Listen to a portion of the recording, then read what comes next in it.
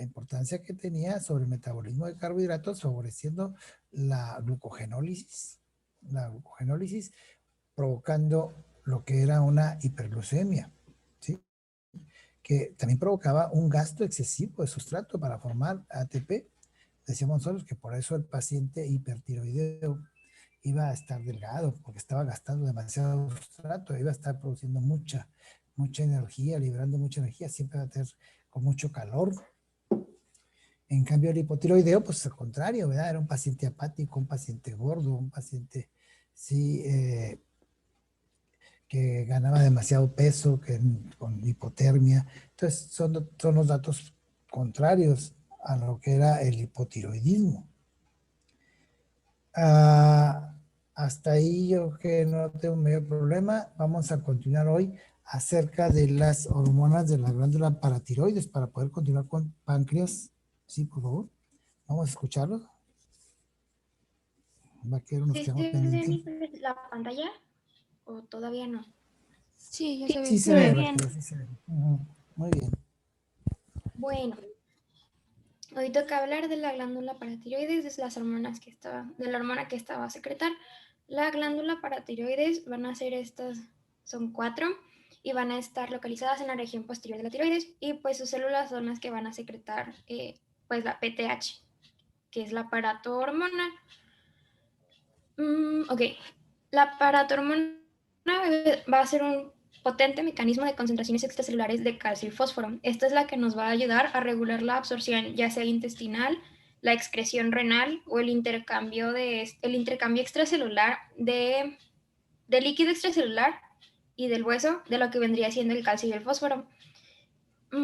La hipersecreción de esta hormona nos va a hacer o nos va a dar como resultado una hipercalcemia en el líquido extracelular, y una hipofunción o una función disminuida pues nos va a dar una hipocalcemia, que pues realmente esta es recíproca. Si hay mucha hormona, hay mucho calcio; si hay poco de esta hormona, hay poco calcio, y así. Ahorita vamos a hablar más de esto. Ok, su forma activa está constituida por una cadena polipeptídica que vendría siendo de 84 aminoácidos. Realmente no encontré su estructura como, bueno, química Química, normal. sí, química. Sí, no, Sí, pues, pero bueno, más que nada, esta fue la que ahí lo que encontré. va, sí, lo que no conocemos pues, son 84 aminoácidos, que tienen un orden, un número y una secuencia, ¿verdad? Pero surge primero como una molécula para Ah, poder empezar a formarla, sí, se va a formar como una pre o una pro prohormona, ¿verdad? PTH de 115 aminoácidos, ajá. Pero antes de eso, Ujú. doctor, yo tenía una duda. Había encontrado que tenía una semivida de 2 a 4 minutos, pero en otra fuente me salió que tenía una vida de 20 a 40 minutos. Entonces, en eso estoy un poco confundida. Es entre 20 y 40 minutos. Entre 20 y 40, ¿verdad? No tenía mucho Sí, sentido que fuera de 2 a le 4. faltó un cero, le faltó un cero. Ok, ok. Muy bien, Dos ceros, gracias. ¿verdad? Ándale. Ok, esta forma activa va a tener un residuo terminal de serina y un carboxiterminal de glutamina en el otro extremo. Ujú. Ahora sí, para su biosíntesis, primero se va a tener lo que es una pre-pro-PTH de 115 aminoácidos. Esta se va a convertir en una pro-PTH de 90 aminoácidos por una separación de secuencia de señal en el retículo endoplásmico rugoso.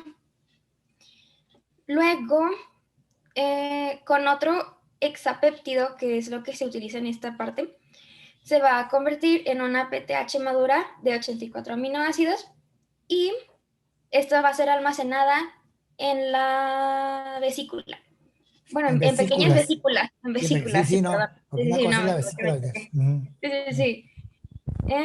Va a estar guardada en pequeñas vesículas para poder ser guardada o liberada, dependiendo de ya sea la situación. Los precursores, la pre-pro-PTH y el pro-PTH, realmente no van a tener una actividad biológica y pues no van a ser detectables en lo que vendría siendo la circulación sanguínea. Entonces esos realmente no, o sea, sí son importantes para su creación, pero realmente no Formación, los sí, vamos sí, a poder formación. medir como tal. Ujú. Sí, o sea, es que aquí lo que tenemos que entender, que algunas hormonas sí van a surgir, que de origen peptídico, algunas van a surgir como una proteína común, como la hormona de crecimiento, pues así es, pero en cambio, aquí vemos nosotros que la paratormona, o la hormona paratiroidea, sí, tiene que surgir primero como una preprohormona, modificar su estructura primaria, perder algunos aminoácidos y transformarse en una prohormona. Y esa prohormona todavía aún más tiene que perder otros 6 aminoácidos y quedar como una molécula de 84 aminoácidos solamente para que es lo que corresponde a una hormona activa. Pues esta está más fácil de entender. Bueno, se me hizo más sencilla. Doctor, ¿la activa cuántos aminoácidos tiene? 84. 84. Esta es la activa.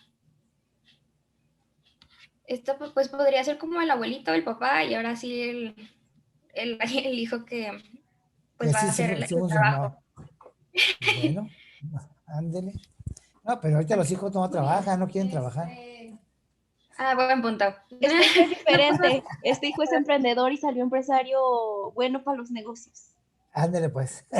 Así es, exactamente. ¿Qué sería?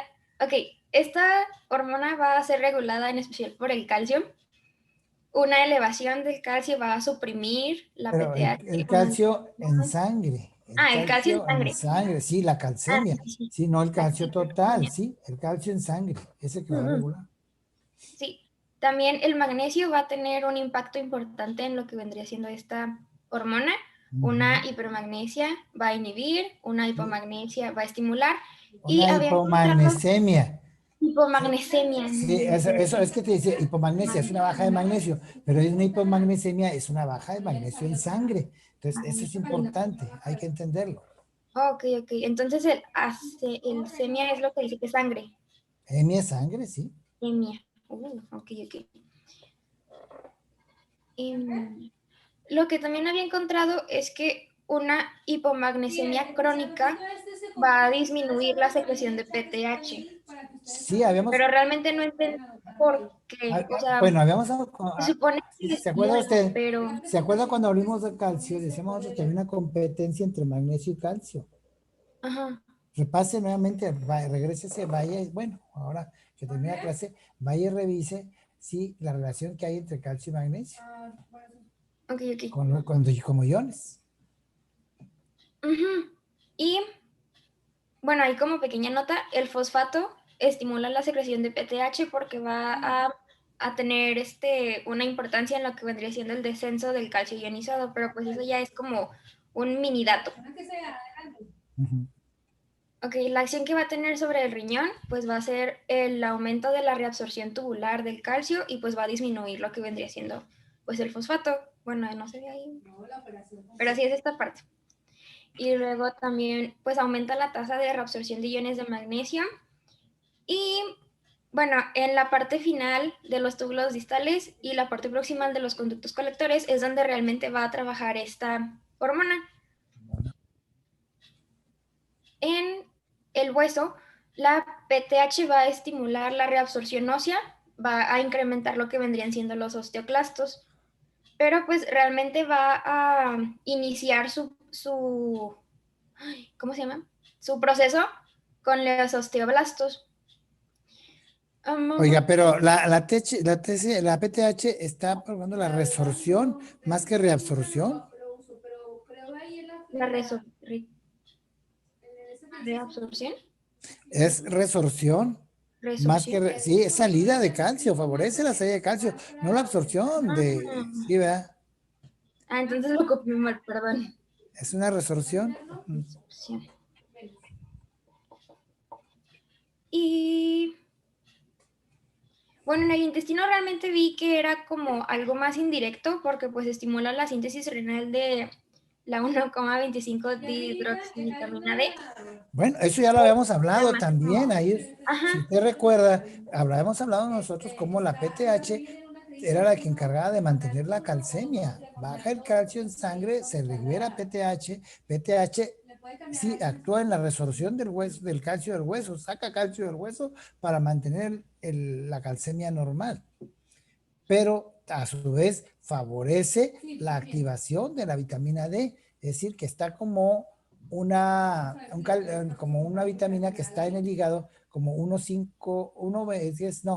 325 colecalciferol, y que se va al riñón, y el riñón se transforma en 1,325 hidroxicolecalciferol, es decir, como un calcitriol, que va a ser una vitamina D activa que va a actuar a nivel de la cromatina de los enterocitos para favorecer la producción de una hormona transportadora de calcio que haga la absorción de calcio en el intestino, que es lo que está haciendo. Ujú. Ujú. Y bueno, creo que eso es, bueno, fue todo lo que investigué de... Sí, es que es lo que tiene, esa es la función que tiene. Entonces, Ajá, ya habíamos hablado de la PTH, cuando hablamos de calcio, ya habíamos mencionado algo de ella. Cuando hablamos de vitamina D, volvimos a hablar nuevamente, y ahorita era nada más ubicarla como hormona, ¿verdad? Es ujú. con su estructura química. Ujú. Bueno,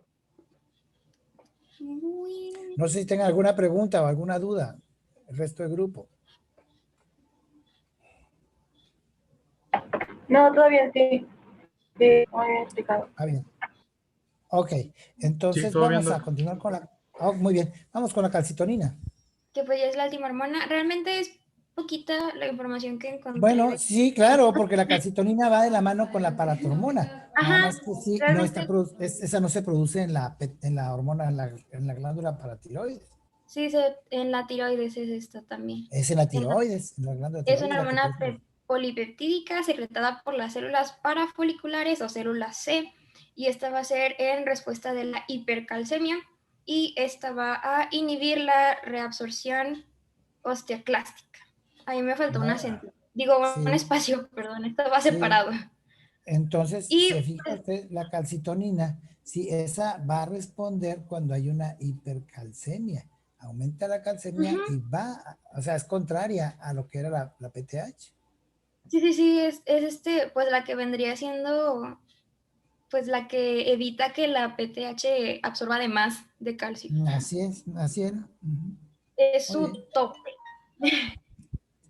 Y, Ujú. ok, esta calcitonina, pues es una hormona polipeptídica de 32 aminoácidos, como se ve en la imagen, y va a tener un puente disulfuro en lo que vendría siendo el aminoácido 1 y el 7.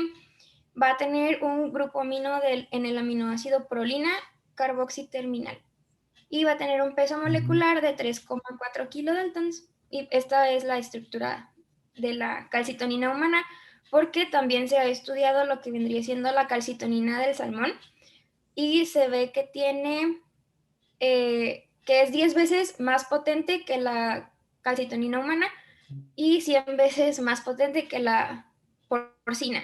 Entonces, realmente, si hay una calcitonina muy, muy, muy intensa, pues es la del salmón. Sí, Esta, ok, aquí hay que corregir. Entonces, por lo tanto, la calcitonina es un péptido. ¿Cuántos aminoácidos tiene la calcitonina humana? 32. 32. Y para hacer un polipéptido usted necesita más de 50 aminoácidos. Oh, ok, péptido. Y le quitan eso. Ujú. Es una hormona peptídica. Se va a formar a partir de la que vendría siendo la preprocalcitonina, y esta va a ser de 141 aminoácidos, y se va a ir pues, dividiendo por efecto de una peptidasa, y se va a convertir en procalcitonina de 116 aminoácidos, y por lo que tenía entendido, ya de ahí va a terminar siendo la que conocemos que pues es el 32. Pero no Claro. encontré un esquema y realmente no venía más, bueno, no encontré No, más bueno, información de... no, pues es cuestión de que lo entienda. Aparece como una preprohormona con 141 aminoácidos. Tiene que modificar su estructura, romper uniones peptídicas para quedar como una molécula, sí, va a ser como procalcitonina de 116 aminoácidos, y esa de 116 aminoácidos es una prohormona, modifica su estructura, rompe uniones peptídicas y libera solamente una molécula de 32 aminoácidos, que es la hormona activa. Calcitonina. Uh-huh.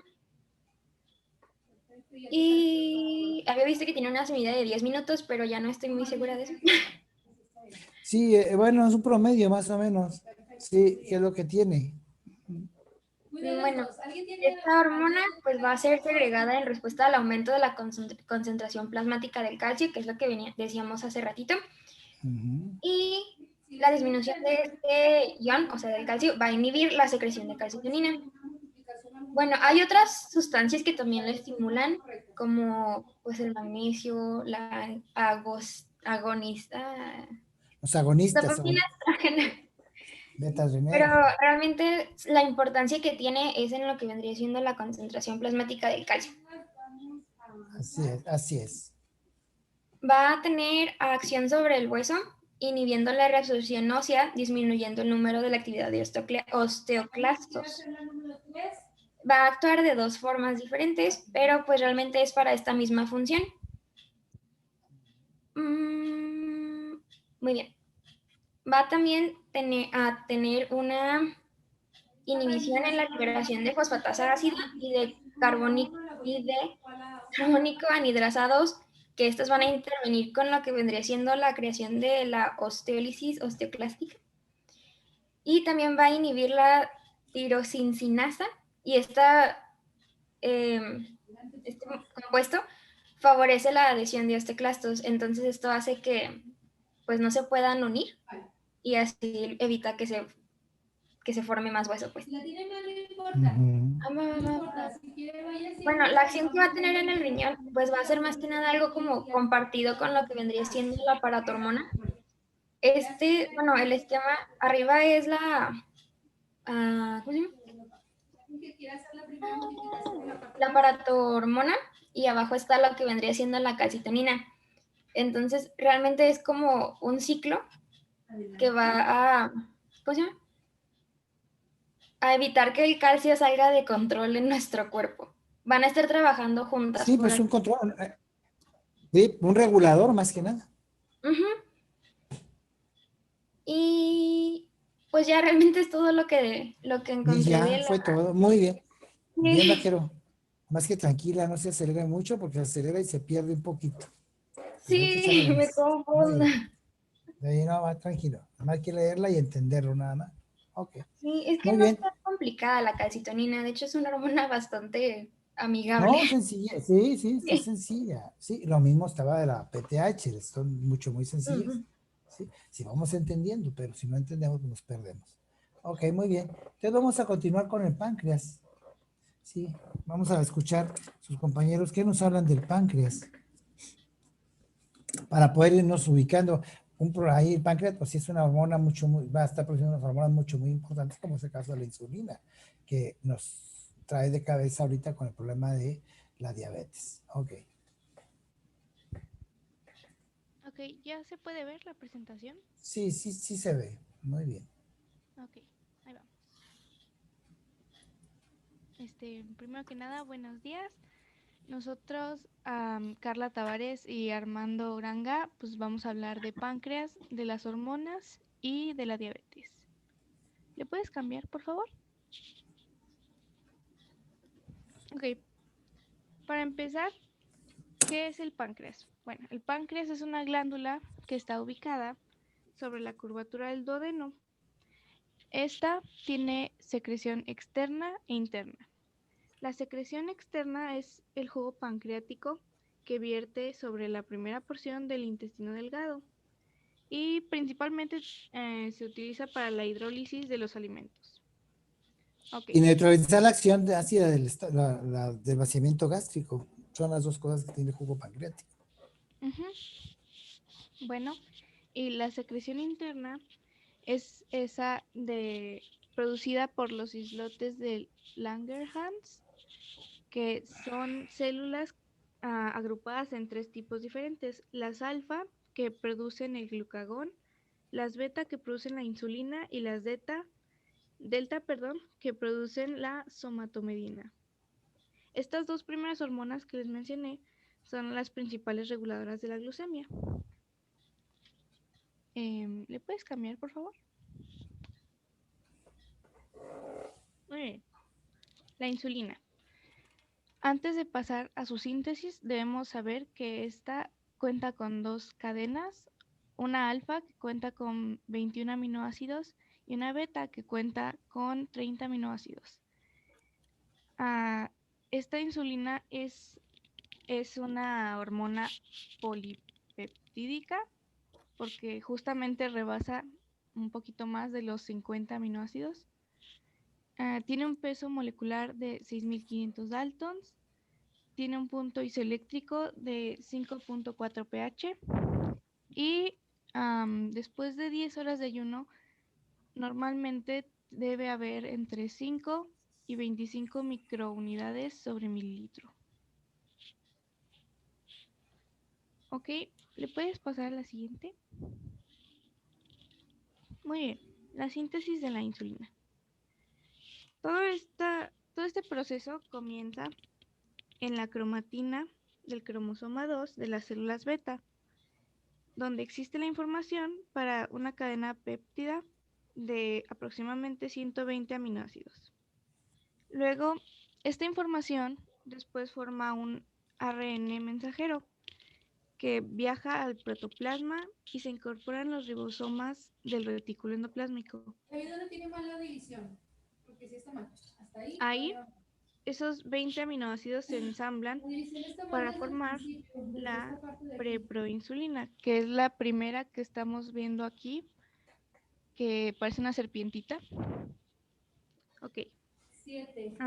Esta, Ahí dice que tiene 110, oigan, eran 120, ¿verdad? sí, no, de hecho tenía esa duda porque en varias imágenes me salía de 110, pero en el Sí, libro son, decía 120. sí, son 110, 120 aminoácidos lo que tiene ahí. Es el 83, Sí, ¿verdad? eso no va a tener mucha importancia porque se va a liberar Ujú. un cierto número de aminoácidos para transformar la preprohormona, o sea, la preproinsulina en una proinsulina, en una prohormona. Sí, esta debe perder aminoácidos hasta que tenga un total de 84. Ujú. Estos aminoácidos que se pierden se dice que son los que inician la síntesis del siguiente polipéptido. Bueno, Entonces, si estamos viendo ahí, Tavares, está viendo usted esa viborita que dice usted que está arriba.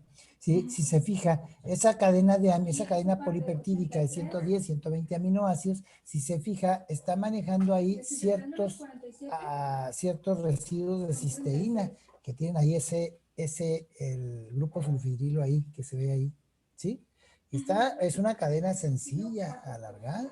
¿Sí? Entonces, dice que esa es la información que se trae. ¿Sí? Cuando la proteína se empieza a formar, va a formar esos puentes entre los residuos de cisteína, van a empezarse a formar 3 puentes disulfuro entre esos residuos de cisteína.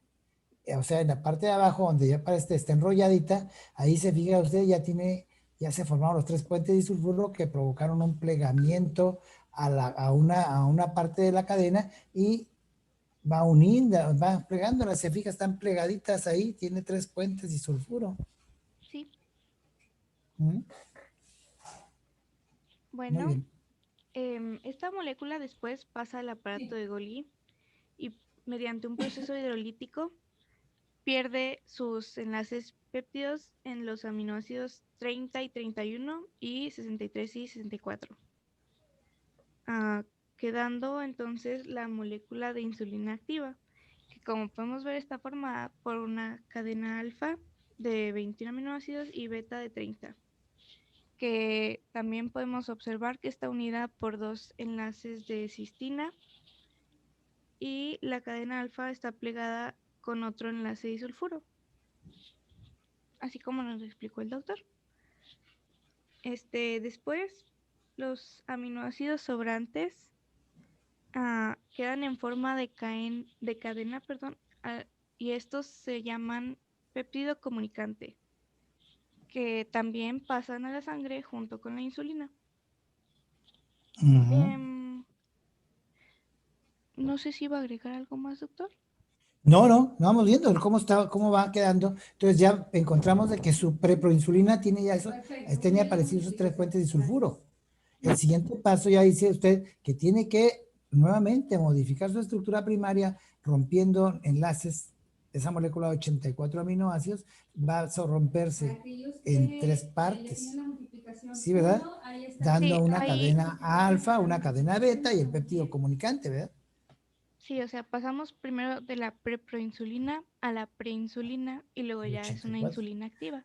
Ok, esa de 84 la parte usted, entran dos hidrolasas y la parte y deja 3 cadenas. Una cadena alfa de 21 aminoácidos, una cadena beta de 31 aminoácidos y el péptido comunicante con 33 aminoácidos. Ujú. Que la molécula de insulina propiamente va a estar formada por la cadena alfa y la cadena beta que nos dijo usted.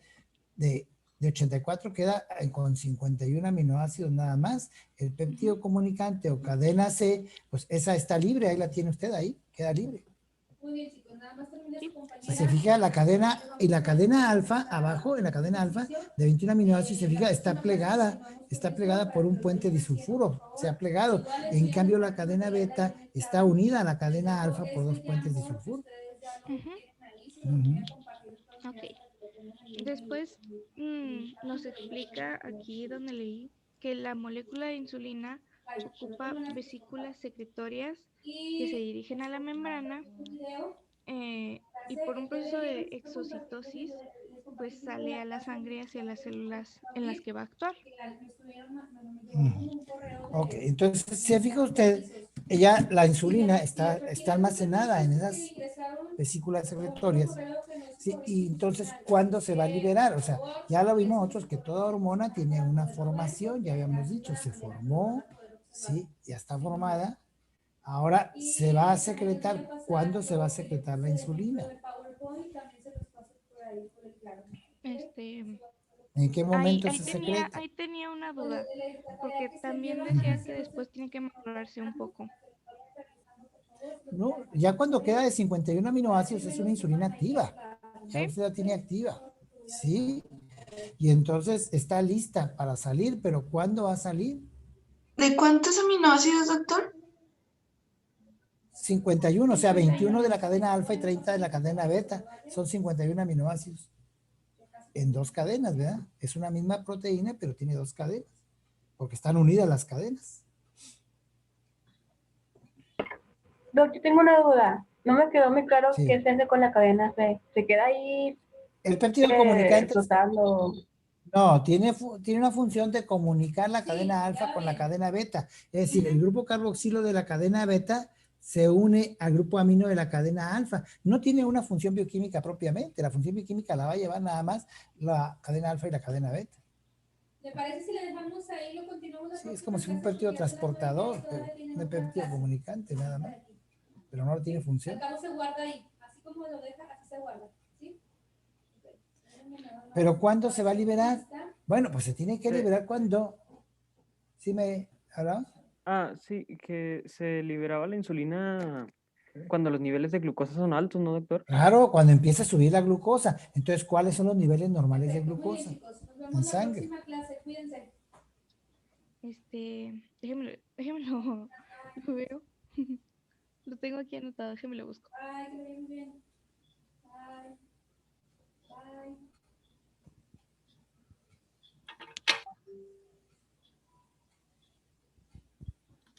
Debe ser entre...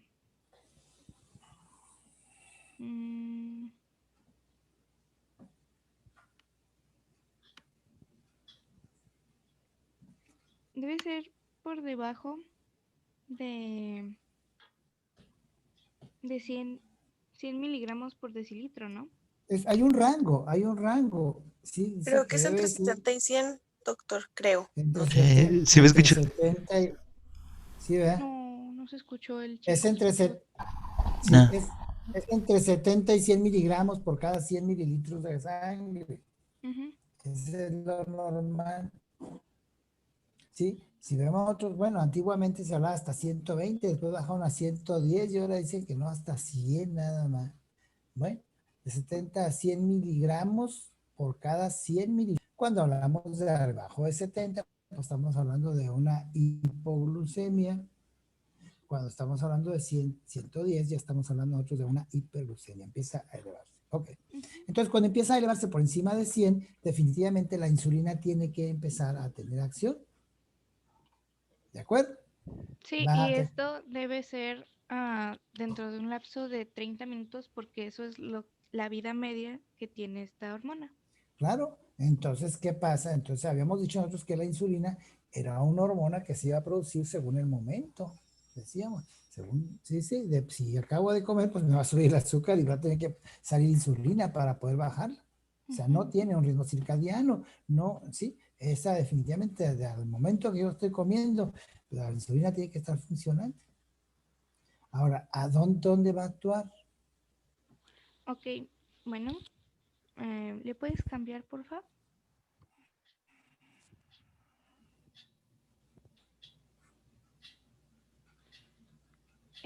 Bueno, la insulina va a viajar a través de la sangre y va a llegar hasta las células por medio de receptores, ah, bueno, llamados centros receptores de insulina que se encuentran en las membranas celulares.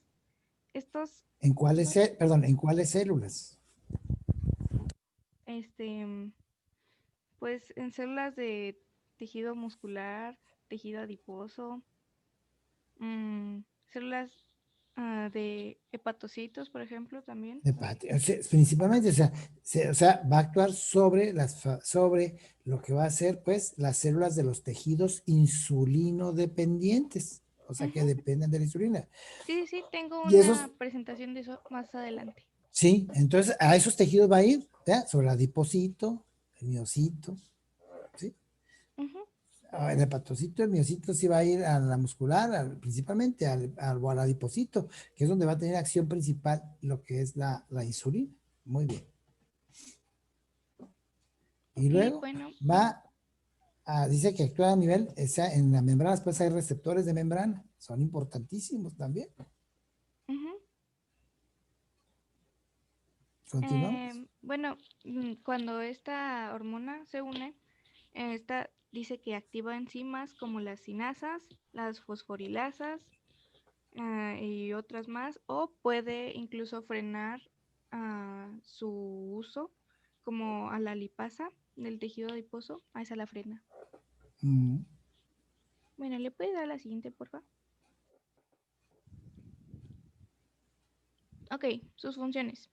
Principalmente, como sabemos, es una activadora de enzimas. Sirve también para bloquear enzimas. Nos ayuda al inicio de los metabolismos de glucosa. Y también, se me olvidó mencionarlo ahí, pero también tiene relación con los niveles de potasio en el organismo. Dice que está ligada a la hiper e hipopotasemia, ya que la insulina induce a la captura de potasio por parte de las células. Así que cuando un paciente sufre de hiperpotasemia, no, más bien, perdón. No, sí, sí, sí. Ah, cuando un paciente sufre de hiperpotasemia, mm, se, se le administra. No, no, no. ¿Cómo va? Ay, no, perdón, perdón.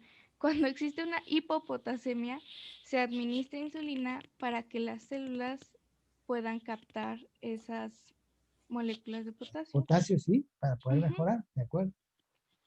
Pero si existe un exceso, ahora sí, es donde existe un riesgo de hiperpotasemia. Ujú, Esto se usa, bueno, lo va a hablar de esto mi compañero Armando más adelante cuando hablemos de diabetes.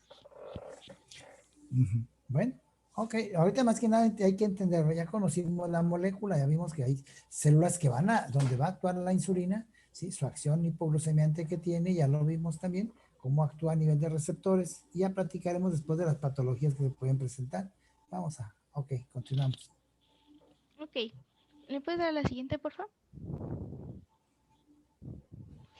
Ahora sí, como nos mencionaba el doctor, hay tejidos que son insulinoindependientes, o sea que no necesitan de esta para hacer su metabolismo, por ejemplo, el tejido nervioso. Este puede introducir la glucosa a su metabolismo ¿Cómo sin están, chicos? necesidad de la acción de la insulina. Hay Y, otro tejido además del nervioso. Bien, gracias a Dios. ¿Cuál es ay, otro tejido? Ujú. les soy sincera, no lo investigué eso. Bueno, dice que la célula nerviosa las células de la retina del ojo, las células del riñón, sí, las células de la retina con los bastones, las células del riñón, los eritrocitos. Esos son insulino independientes, son células insulino independientes. O sea, no dependen de la insulina para incorporar la glucosa a la célula. Esos directamente lo van a pasar. Por eso es importante mantener ese nivel de glucosa en sangre que está entre 70 y 110 miligramos, porque si baja por debajo de 70, esos tejidos insulino independientes sufren, no hay glucosa que puedan incorporar. Entonces, eso lo vamos a entender nosotros, por ejemplo, cuando no desayunamos o que tenemos un periodo prolongado de ayuno y que empieza a disminuir la glucosa en sangre. Cuando dice, el ejemplo más claro es cuando en primaria lo ponen a uno a saludar la bandera. Así es, que se van sin desayunada y se desmayan. ¿Por qué? Porque le baja la glucosa, su tejido, su célula nerviosa sufre y el paciente pierde conocimiento. Pero antes de eso, primero empieza a ver oscuro. O sea, las células de la retina están fallando. Muy bien. Sí, pues sí, porque están trabajando de más, intentando de captar, procesos normales. Sí, intentando captar glucosa, pero no hay, o sea, la glucosa está disminuida. Entonces necesitamos que sí esté en esa cifra, por eso decimos, la glucosa no debe estar en ese rango. Si la bajamos, tenemos problemas. Si está de más, pues también tenemos problemas. Mándeme. Entonces, por eso la coca levanta bien. Claro, pues es pura azúcar lo que está tomando. Sí, pues. Un dulce, la coca es lo mismo, ¿verdad? Echarle ahí. Muy bien. Ok, le puedes dar Pero así. dice que sea coca, no sea Pepsi, porque nada, se cree, o sea, es un refresco algo dulce. Y lo vomita. Ok, bueno, y ahora tenemos al tejido insulino dependiente, que es el tejido adiposo, el tejido hepático y el tejido muscular, que Ese sí requiere. necesitan de la insulina a fuerzas para introducir glucosa e iniciar el metabolismo de esta. Sin embargo, aquí notarán que el tejido hepático tiene asterisquitos. Es porque el hígado no necesita insulina para incorporar la glucosa, solamente para hacer el metabolismo. Claro. Y... Sí, no, porque el hígado, ¿qué pasa con la glucosa? Pues la forma en glucógeno, luego la incorpora y la almacena. Eso lo tenemos en gran almacén de glucosa. El hígado, aunque también en el músculo también tiene algo de almacén de glucosa. Y en el tejido adiposo, la insulina favorece que la glucosa penetre y empiece un proceso de liponeogénesis. O sea, que a partir de los carbohidratos empiece a formar grasas. ¿Le puedes dar la siguiente? No, espérame, antes de que empiecen de hablar del glucagón, también me pareció importante hablar sobre la insulina. También se ha visto que existe en diversos animales, pero, por ejemplo, la insulina del carnero y del caballo difieren bastante a la del hombre. Pero la del cerdo sí es muy parecida y tiene Sí, son uno o dos aminoácidos la diferencia, pero fíjese, y fue la que se estuvo utilizando mucho tiempo, insulina de cerdo, en los pacientes diabéticos, porque era la más parecida. Así es, actualmente ya no. Hasta que se sintetizó en laboratorios. Sin embargo, el problema con esto es que no podían sintetizar insulina madura, ya que esta proviene de otra hormona anterior.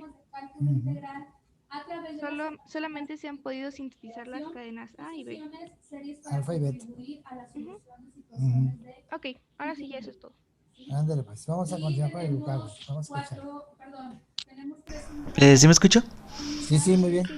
Ok, bueno, vamos a empezar con el glucagón, que es una molécula proteica. Esta tiene 29 aminoácidos y tiene su origen en lo que son las células alfa de los islotes de Langerhans. Aquí en la imagen que podemos ver aquí abajito, pues más o menos podemos ver la distribución que tiene entre todas las células, las beta, las alfa y las deltas. Que, las alfa, que son las que vamos a hablar ahorita, las más las más amarillas que están, bueno, las podemos encontrar casi en los bordes, pues estoy en más o menos el 25% de lo que secretan los islotes de Langerhans. Este, se puede, pues, ver en sangre, bueno, diferenciar en sangre, bueno, sí, no sé cómo decirlo, diferenciar en sangre, pero solamente un nivel normal sería de entre 50 y 125 picogramos por mililitro, o sea, es muy poquito, aunque sigue teniendo mucha importancia. Se considera una hormona hiperglucemiante porque, bueno, a ver, lo voy a decir aquí con eso. Ok, en los efectos del metabolismo de la glucosa, lo que hace es que estimula el hígado para que éste secrete la glucosa. Ok, es por eso que se llama, bueno, que es una hormona hiperglucemiante, porque actúa en el hígado para que se acelere bueno, el ciclo, para que La glucogenólisis. Así Sí, es. sí, para que empiece la glucogenólisis. Eh, y bueno, también cuando disminuye el nivel de azúcar en la sangre, esta hormona, pues, que esta hormona que se secreta en el páncreas, se va a secretar más. O sea, va a haber más. Y cuando el azúcar en la sangre, pues, sube, el glucagón, pues, baja. Se bloquea. Sí, bueno, como se inhibe, ¿verdad? Sí. Sí, sí, o sea, es que la regulación de la glucosa está entre la insulina y el glucagón. La insulina en Ah, bajarla y el glucagón en subirla. sí, son como que antagonistas entre ellos. Sí, es que cuando, por ejemplo, usted tiene un periodo de ayuno, ¿sí? Por eso podemos vivir con la glucosa. Cuando tenemos un periodo de ayuno importante, un ayuno prolongado, ¿sí? De momento vamos a tener crisis de hipoglucemia, pero eso va a ser de momento, por eso el niño se desmaya, pero el niño se le compone. ¿Por qué? Porque empieza a actuar el glucagón y el glucagón trata de sacar la glucosa que tiene almacenada el hígado. Ya ve que el hígado ha transformado la glucosa, la ha unido para formar un polisacárido, como es el glucógeno, y entonces el glucagón favorece la glucogenólisis, o sea, rompe las uniones glucosídicas para que el glucógeno esté liberando glucosa a la sangre y se mantenga la glucemia. Sí, bueno, de hecho aquí tengo lo de la glucogenólisis. Bueno, tenía una explicación más o menos complicada que batallé mucho en entenderle, pero lo más importante es que aquí en la glucogenólisis es que el glucógeno se va a convertir en glucosa para pasar a la sangre como glucosa 6-fosfato, bueno, Sí. con la glucosa 6-fosfatasa. Ok, es que lo que va a pasar, es que lo que sucede ahí, que para que inicie la glucogenólisis, sí, el glucagón dice que va a actuar en el hepatocito, pero primeramente tiene que haber un estímulo de tipo hormonal y ahí tiene que haber un estímulo por acción de la adrenalina. La adrenalina, que va a ser la hormona producida por la médula suprarrenal, va a estar produciendo, se va a estar actuando, sí, y va a estar estimulando a una enzima que es la adenilciclasa o adenilatociclasa. Y esa adenilciclasa o adenilatociclasa es una enzima que va a actuar sobre el ATP. Y ese ATP, imagínense, tengo un ATP, voy a romper entre el primero y segundo fosfato del ATP, los voy a romper liberando dos fosfatos en forma de fósforo inorgánico y quedando solamente un AMP. Y el AMP dice el nombre, dice adenilatociclasa, lo va a ciclar y se transforma en un AMP cíclico, que es lo que tiene ahí, que es el segundo mensajero. Entonces, ese AMP cíclico va a tener la función de ir a estimular a unas fosforilasas B, que son enzimas que están inactivas, que va y las junta a dos fosforilasas B y las transforma en una fosforilasa A activa, fosforilada. Y esa enzima fosforilasa A activa y fosforilada va a ir sobre el glucógeno hepático para liberar a la glucosa en forma de glucosa 6-fosfato. Sí, en lo que tenía de las fosforilasas B, bueno, decía que era como que un compuesto, bueno, se va a un proceso de amplificación, porque cada proceso anterior, bueno, cada proceso en el siguiente que va a ser como que da mayor cantidad de la que tenía antes. Y bueno, también por esto es que si se pone un poquito de glucagón, pues bueno, si sale un poquito de glucagón, hay un aumento pues considerable de lo que es la glucosa en la sangre. Ajá. Porque sí, es un proceso de amplificación, o sea, un poquito de glucagón va a hacer que salga pues bastante glucosa en la sangre. Claro, o así va a ser que va a romper, o sea, el dragón tiene una acción, pero potente sobre el glucógeno para poderlo romper. Imagínese, el glucógeno es como si fuera usted, que tuviera usted un collar de cuentas, un collar. Entonces, imagínese, llega el glucagón y rompe todos y suelta todas las cuentas, las tira todas. Entonces, y cada cuenta es una glucosa. Entonces, imagínese lo que está haciendo, ¿no? Ok. Bueno, la otra función que que tiene la hormona es en la gluconeogénesis o gluconeogenia. Esta es el proceso de hacer glucosa a partir de otros compuestos que no sean pues carbohidratos, a partir de proteínas o productos de descomposición puede ser de los lípidos o pues sí, de los mismos productos de descomposición que tiene. Principalmente de los líquidos o proteínas, así es, de líquidos o proteínas.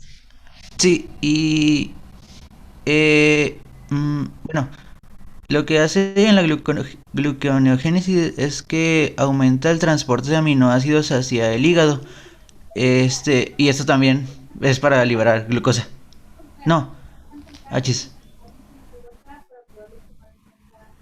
No, Mm, sí, es que en la gluconeogénesis usted, a partir de es arrimar aminoácidos y esos aminoácidos transformarlos a sí, eso que se van a formar glucosa. O sea, ¿cómo a partir de proteínas puede formar usted glucosa? ¿O cómo a partir de lípidos podemos formar glucosa misma? A ese proceso se sí, llama gluconeogénesis, o sea, glucosa nueva, glucosa que no es de carbohidratos. sí. Bueno, bueno, ya voy a lo siguiente. También tiene otros usos que son importantes, pero no tanto como bueno, esos que fueron antes. Eh, Uno de ellos es la activación de células adiposas para que liberen energía. Genera la activación de los hepatocitos y estos liberan ácidos grasos hacia el torrente sanguíneo y bueno, y aquí es donde empieza la gluconeogénesis, ¿no? Para que bueno, no aquí, sino que para que los lípidos se Los ácidos conviertan grasos, ¿sí? se convierten en glucosa. Sí, o sea, si te fijas, usted tiene en la célula adiposa, va a almacenar a los ácidos grasos en forma de triglicéridos. Están los triglicéridos ahí y va a provocar que los triglicéridos empiecen a liberar los ácidos grasos y empiece el proceso de la beta oxidación de los ácidos grasos para empezar a transformarse hasta llegar a acetilcoenzima A y como acetilcoenzima A incorporarlos al ciclo o empezar a formar glucosa nueva. Ujú. Sí, y bueno, por eso mismo que salen los ácidos grasos de las células adiposas, en el tejido adiposo va a haber una menor concentración de triglicéridos. Bueno, aquí hay un error. Otras funciones sería que estimula la contracción cardíaca, aumenta el flujo sanguíneo en riñones. Y esto es ahorita que vemos diabetes, lo voy a explicar un poquito por qué. Y favorece la secreción biliar. Y también actúa como un inhibidor del ácido clorhídrico para que no se produzca tanto en el estómago. ¿Sí? Yo creo que ubicándonos pues, su principal función va a ser, ¿sí?, su acción hiperglucemiante, ¿sí? Sí, Favoreciendo la glucogenólisis o también favoreciendo la gluconeogénesis. sí. Mm, ok. Ok, bueno, en la regulación, bueno, se regula de una forma bastante sencilla. Bueno, para entenderlo bastante sencilla. Cuando sube la glucosa en la sangre, pues el glucagón va a bajar. Eso ya lo habíamos visto. También cuando suben los aminoácidos, que lo vimos ahorita un poquito más atrás, va a provocar que también suba la hormona cuando suben los aminoácidos. Bueno, cuando sube principalmente la alanina y la arginina, va a hacer que suba. Esto, bueno, No. Es que si se acuerda usted de la encrucijada metabólica, por ejemplo, la alanina, ¿se acuerda que qué sucedía cuando la alanina era transaminada, hiciera una transferencia de su grupo amino por acción de la alaninoaminotransferasa? ¿Qué formaba usted a partir de la alanina? Mm, Formaba un cetoácido, ¿no? Un cetoácido. ¿Cuál cetoácido se formaba? Es un El ácido alfa-cetoglutarato. No, un ácido No, no, pirúvico. sé qué es el así. Sí. Sí, vea, un ácido pirúvico. Entonces, y ese ácido pirúvico ya lo podía usted incorporar.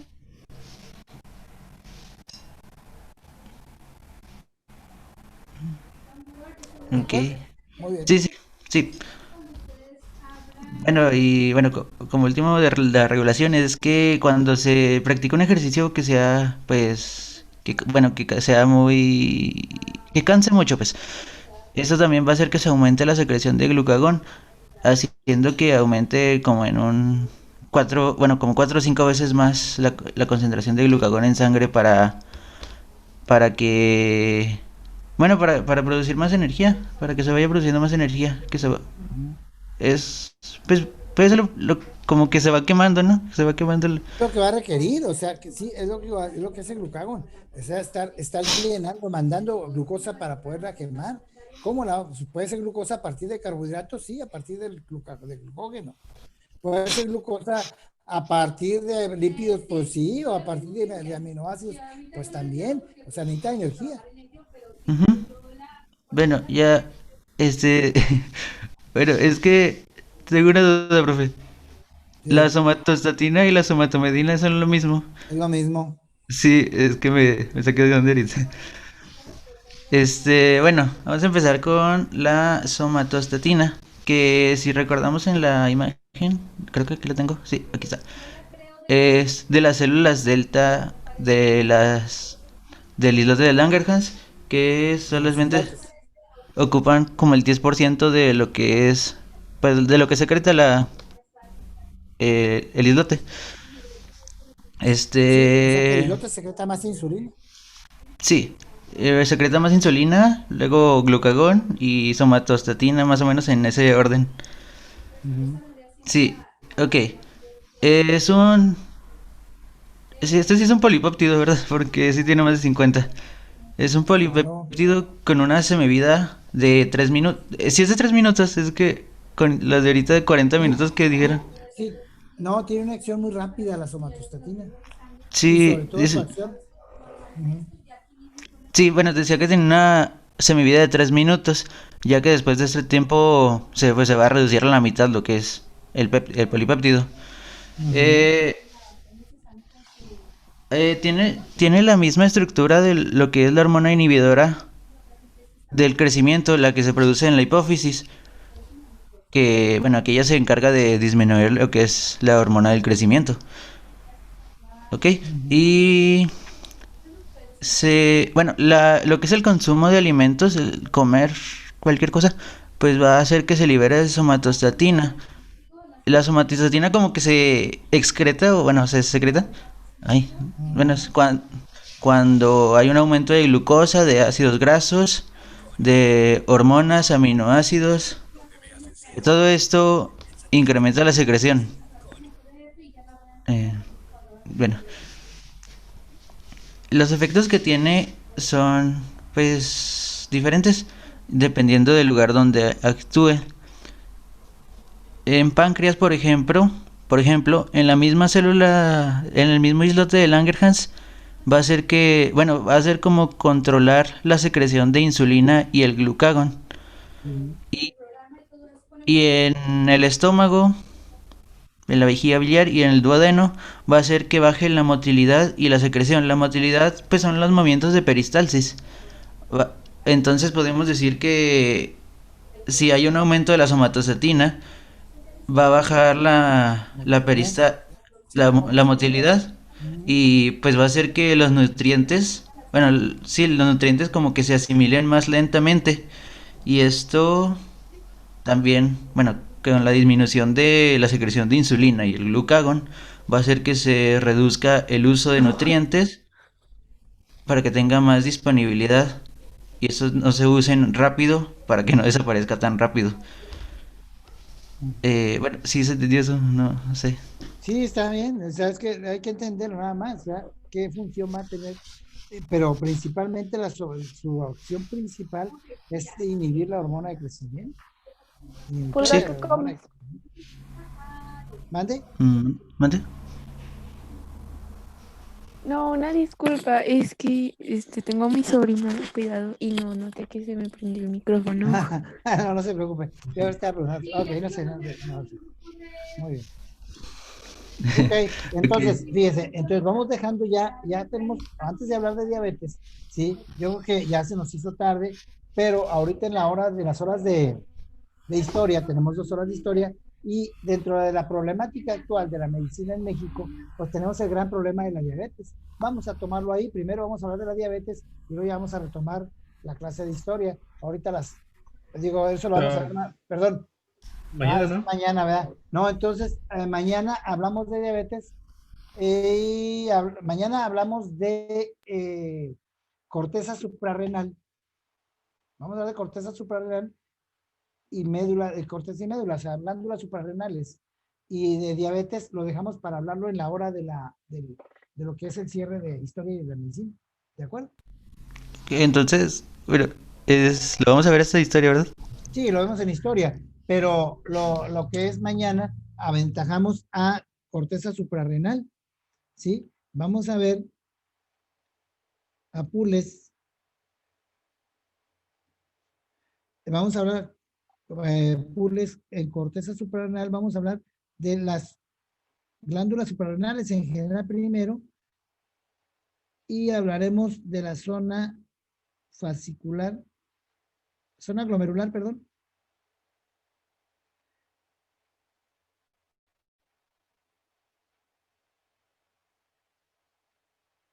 A Ortiz le dejamos la zona fascicular